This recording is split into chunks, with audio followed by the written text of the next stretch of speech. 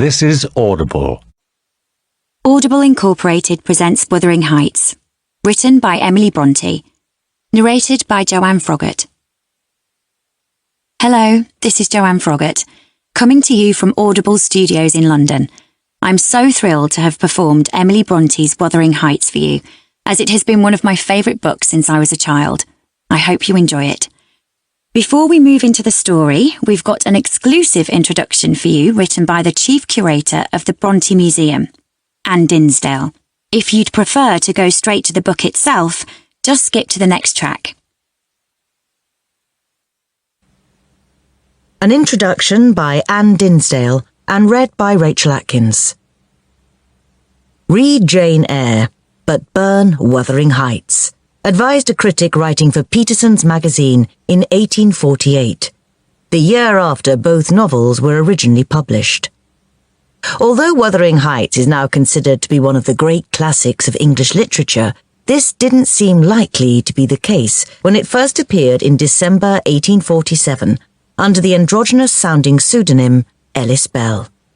Jane Eyre by Currer Bell, which had been published 3 months before Wuthering Heights, had enjoyed a phenomenal success, so the appearance of another Bell novel was bound to attract notice.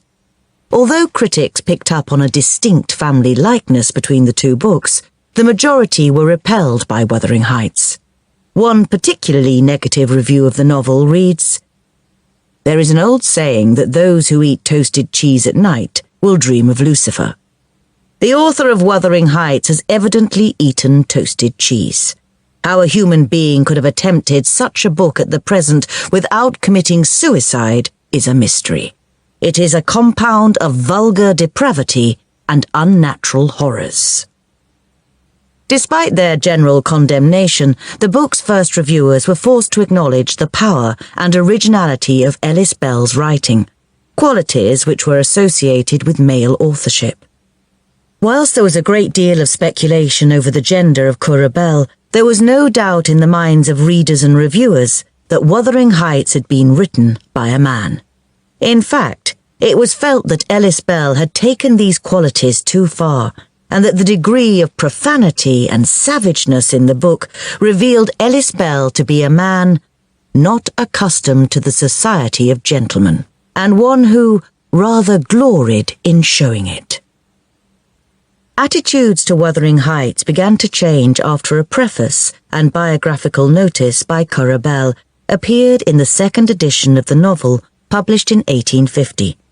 It was revealed for the first time that Ellis Bell, author of Wuthering Heights and man of uncommon talents but dogged, brutal and morose, was a clergyman's daughter, who had lived an outwardly uneventful life in a remote Yorkshire parsonage.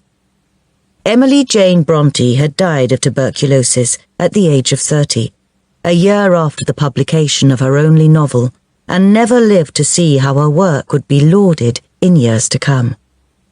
She was born on the 30th of July 1818, the fifth of 6 children of Patrick and Maria Bronte. The 2 eldest daughters died in childhood. The third was Charlotte, author of Jane Eyre, and the fourth was Patrick Branwell, the only boy whose early promise was blighted by alcoholism. The youngest was Anne, Acton Bell, who went on to publish 2 novels, Agnes Grey and The Tenant of Wildfell Hall. In 1820, Mr. Bronte was appointed perpetual curate of Haworth, and from that point onwards, the Bronte family's home became a rather bleak parsonage on the edge of the Yorkshire moors. The parsonage and its surroundings became central to Emily's creative life and had a profound influence on her writing. Mrs. Bronte died in the following year, and her sister Elizabeth Branwell left a comfortable home in Penzance to take charge of the Bronte household. In 1825, Mr. Bronte brought in a local woman, Tabby Ackroyd, to assist with the domestic work at the parsonage.